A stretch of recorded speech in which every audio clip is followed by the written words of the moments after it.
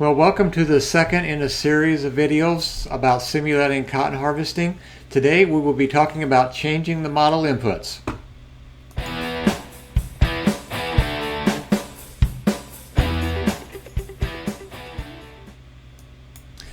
Alright, today we want to talk about the Stella model and how you can simulate cotton harvest season comparing a conventional cotton picker to a potential replacement using a series of bots that would cost less but would take longer to actually harvest by themselves. But if you combine a series of bots together, then you can replace a cotton harvesting system by Deere. So in this video, we're going to talk about how to interpret the model inputs and how you can change those. In the first video, I talked about an overview of the model and what it's supposed to do and kind of how the home page works. So assuming that you've already watched that and you know how the home page of this model works, let's look at the common inputs that you can change, and also how to change the bot inputs and also how to change the Deere inputs. So again, I went a little bit over this in the first video about some of the common inputs that you can use. But if you click on the common inputs, these are factors that are going to apply to both the Deere system and a potential bot system. And all the variables you see here with these big squares, these are all graphical variables that you can click on and kind of change the distribution for this. So if you click, let's click on the bowl opening CDF, which is a graphical version for how the cotton bolls open up in the field across time. So you can see this graph goes from basically from 0 to 60 days. We assume after 60 days all the cotton bolls will be fully open. And you can see as you move across time over here, time down this way, that the percent open gets higher and higher. So eventually by the end of 60 days we'll be at 100% of the bolls open.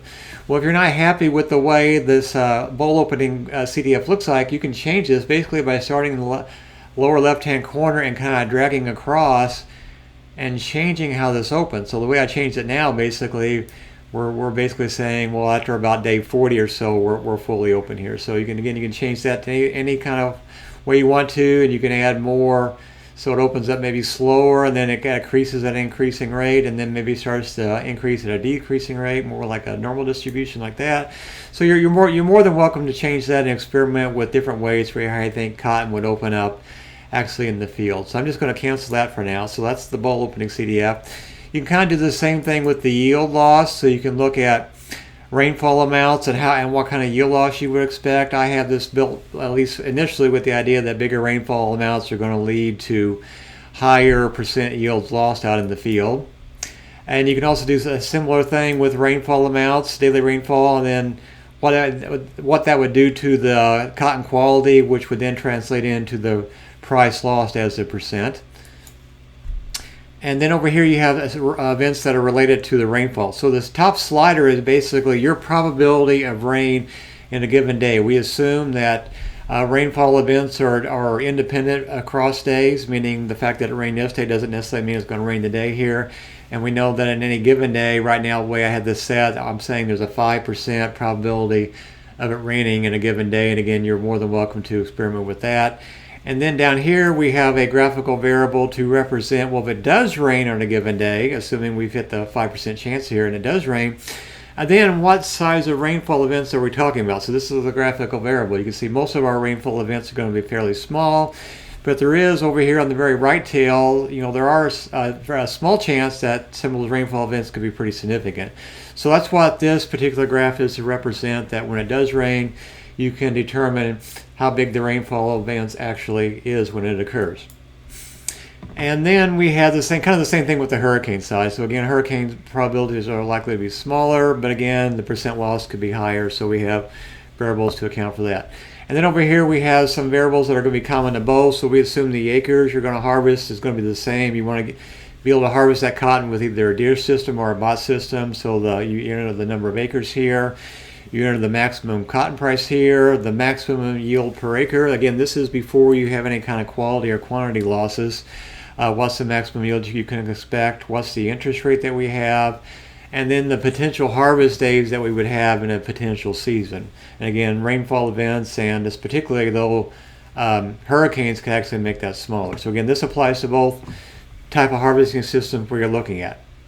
And then if you click on the bot input side, you can change things about the bot system. So right now, basically, I'm just playing with this for the moment here, but you can change the number of bots. You can either click on this and type a new number. That's one way to change the number of bots. Or you can actually come over here and click on this little circle graph and change it that way. So I basically went from 10, I'm at 10 now, but I went from 15 to 10. And I'll put myself back at about 15 or so. So that's the number of bots I want to experiment with. The second graph is how fast my bots can go through the field. I'm looking at the potential harvest days or harvest hours per day, and then the lifespan of the bot. So obviously these things are not going to last forever, and we wanted to determine exactly how long we think they might last. So again, these are all graphical variables to change, but you can manually change them too. And then down here we have the variables specific to the bot. You have the cost of the bot. You have the cost to operate per hour. Again, we're assuming some type of fuel source in there. We have repair and maintenance as a percent of new cost. We have the salvage value at the end of this lifespan. This is how much we expect for the salvage value of those bots to be worth. We have the harvest width in feet. So assuming most of my initial work was looking at basically a one-row harvesting system. So with 38-inch rows, this would translate into be 3.17 feet. But again, you can experiment if you have maybe a two-row bot harvesting system and maybe a row width are different, but you can try things here.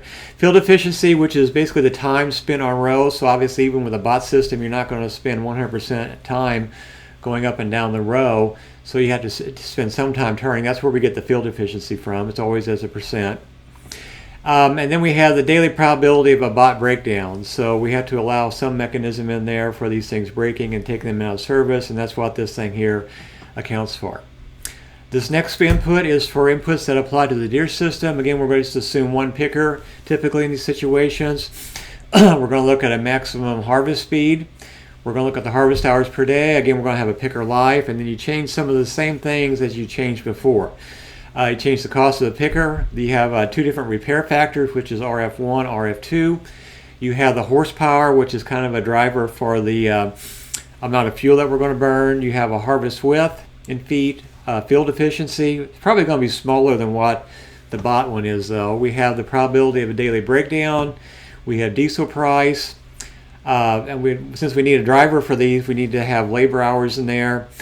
And then we also need when we're actually going to start picking. So with the bot system, basically we start picking as soon as the bowls start to open, and we kind of keep going continuously from there. With the deer system, though, we're not going to be able to have the opportunity to make multiple passes. So we're going to pick at some time when most of the bowls are going to be open, then we're going to desiccate the rest of the field, and then we're going to start picking at that point in time. So basically at 70% of the bowls open naturally, then we're going to go through and desiccate the field and then start picking the fields from that point on.